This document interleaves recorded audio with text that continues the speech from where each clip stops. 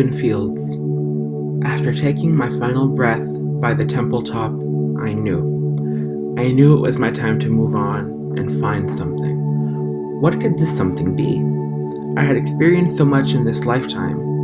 What's there to find? After years and years of emotional turmoil, the one thing I truly lacked was inner peace. The top of the temple was built into a mountain range overlooking a rainforest, meaning that there could be one of two ways to get down from here. I could either walk down the mountain path or jump into the waterfall. I made the decision to walk down the mountain path for the sake of new experiences. I grabbed an ornate wooden walking stick from a basket in the library and found a path amongst the rocky mountain chain and began walking slowly. The journey to the ground took several hours, but the scenery, once I made it to the ground level, made it all worth it. At the base of the mountain range was a large field covered in thousands of flowers, blossoms of all walks of life, lavender, daffodils, poppies, roses, dahlias. The field was the size of the city, more likely even vaster. All under the gaze of the evening sky, a sunset of deep purple and mystical orange. I walked deeper into the field, letting the soft leaves caress my ankles, continuing on until my soul was satisfied with the distance. I passed by patches of marigolds, bluebells, irises, and violets until I was ready to sit down and begin my process. I found a spot I was content with, so I bent down and sat cross-legged. I placed my arms above my head, stretching them to their fullest. I folded them back down onto my legs and extended my legs for a stretch. Placing one leg up in a seated position, I pivoted, landing on my stomach. Once on my stomach, my nose felt a flower on its tip, so I smelt the beautiful fragrance. I dug my palms into the field, same with my toes, and lifted my body into a V shape. Stretching the core of my being, I folded back and turned around, now laying on my back. As the sky went from sunset to sundown, I began staring at the stars.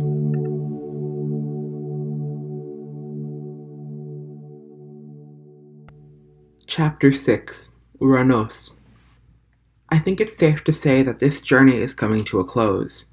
Throughout these past 5 chapters, we've seen our main character become aware of their own presence, get sucked into trauma, build a community, outgrow and break toxic bonds, take on the pain of isolation, reconnect with art as a means to heal, and now they've reached a certain point. This entire journey has been about finding, appreciating, learning, and loving oneself. And now comes an important step in our protagonist's life.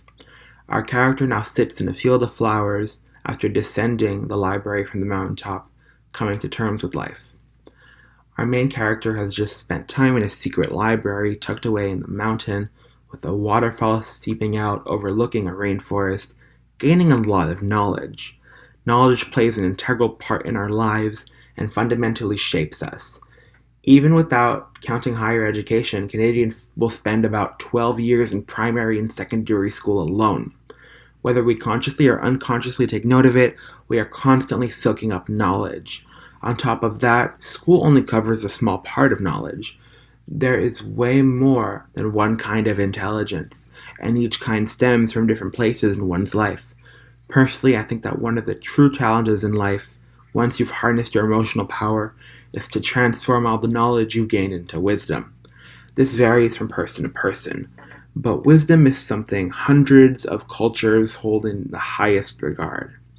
I've known many young wise people, as well as old unwise people, so age does sometimes play a factor, but there is so much more to understanding and fostering wisdom. Whether it be through education, cultural teachings, traditions, language, life experience, bonds, or raw knowledge, we build our minds up and reflect on these teachings, a foundation of wisdom. Throughout this project, I've placed great importance on knowing yourself. The recognition of the self is a fundamental part of improving, expanding, and understanding who you really are. As I stated earlier, while this can do lots of good, the amount of vulnerability can be damaging to some. This is why I believe that one of several ways to maintain self-vulnerability is the incorporation of a positive attitude. When you can keep your head high, as hard as it can be, you can unlock even more knowledge about yourself. Positivity matters, and it is one of the virtues I keep closest to my heart. Many philosophers over millennia have debated the worth and content of virtues, and I like to keep things simple. Positivity, kindness, compassion, respect, honesty, justice, love, community. Those are some of the key virtues I hold in the highest regard. They are different for each person, but once you understand your values better, you'll learn way more about the way you process information, act in situations, and see the world. One thing I feel the need to point out is when talking about wisdom and virtue, that you should never forget to apply your principles to yourself. If you decided that one of your main principles is to be kind to people, you should also be actively working on being kind to yourself. If you can treat yourself well, you are more likely to spread that positivity to others, therefore making your surrounding space more impactful and meaningful. Apply the lessons you've learned to those around you, but never forget that you are also worth the same wealth of information and advice. Before I get to my concluding statements, I still have a few matters I need to discuss. Throughout the story, we've witnessed the main character live their lives and learn from experiences and grow, but something needs to be made clear. I believe that we each have our own experiences, but they are intimately connected. You are not alone in feeling the way you feel at any moment. This is why I've stressed the importance of communication, because it really is a significant way to connect to others who may share what you've been through. Your story is not unique, and others may understand you. Because the feeling of connection is so relevant to the human experience, it's something that most of us desire greatly. I think that a secret to good communication and connection is showing people empathy and compassion. If you are warm to others, showing them kindness, we can develop deeper relationships that will benefit us mutually. The reason why I emphasize this is because oftentimes, in moments of neglect and isolation, having safe and positive connections will help pull ourselves out. This process is, in my opinion, made much easier with empathy. If I see the people I love in a state of misery, I will always do my best to understand the situation, empathize with them, and help them out in the way that they actually need. Emotional intelligence is one of the most important kinds of knowledge we can gain in our lifetime, and they stem from empathy and compassion. If we understand how emotional intelligence impacts us positively and we develop that intelligence, we can get deeper and deeper into wisdom and understanding of the world. Alright, well, I guess this is where we split up. For this project, I hope I've explained the true value of human emotion and how it is so intrinsically tied to the human experience. My goal has been to tell a meaningful story that would hopefully change some perspectives and inspire some introspection, because it definitely has for me. I'm writing this project amid a global pandemic, unable to leave the house, stuck with my thoughts and feelings. This project has been a way for me to leave my physical body and explore the depths of human emotion.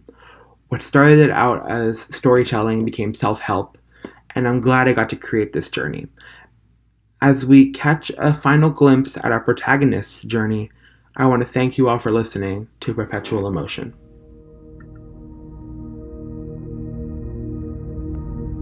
Departure. Laying down on my back, I analyzed the incredible wealth above me. Looking at the stars, I noticed shapes, patterns, constellations. I found meaning. What had been once a single spark that transformed the universe has transformed me by extent. Through moments of trauma, tragedy, and heartache, lessons have been learned. Through moments of bliss, joy, and gratitude, lessons have also been learned. The richness of life is the combination of experience, knowledge, and emotion to create the most fundamental component of the human experience itself, wisdom. I placed my arms to the side of my body, pressing firmly, lifting myself up. Once my torso was upright, I folded my legs to a standing position. I gently lowered my arms, relaxing them, and opened my chest to the sky. I tilted my head up, closing my eyes, taking a long, deep breath. Upon this breath, I opened my eyes and looked above. The air I had exhaled was an opaque, cyan cloud of smoke drifting upward, and so was each subsequent breath I took, all turning blue and drifting off. Looking at my arms and body, I could begin to feel changes too. My skin had become clearer in the nightlight, turning translucent with a blue hue. My arms, legs, core, head turned clear and bluish as well. It was a calming sensation. I felt cool and at peace with myself. Something in that moment had clicked. I had solved the puzzle of the nebula. Every other soul fallen onto this planet saw the same beginning, but every journey was unique. The circumstances, the embrace of the emotional state, the process of learning and healing makes us who we are and allows us to let ourselves free ourselves from our own inner rules. This gives our souls a chance to branch out and to help us live our happiest lives. I bent my head and shoulders back, lifted my chest, and felt my feet lift from the flower field. I felt my soul enter a state of deep weightlessness, drifting up into the night sky. I had done it. I had conquered my qualms through wisdom and enlightenment, and I closed my eyes, letting go of my physical realm, drifting in a still calmness.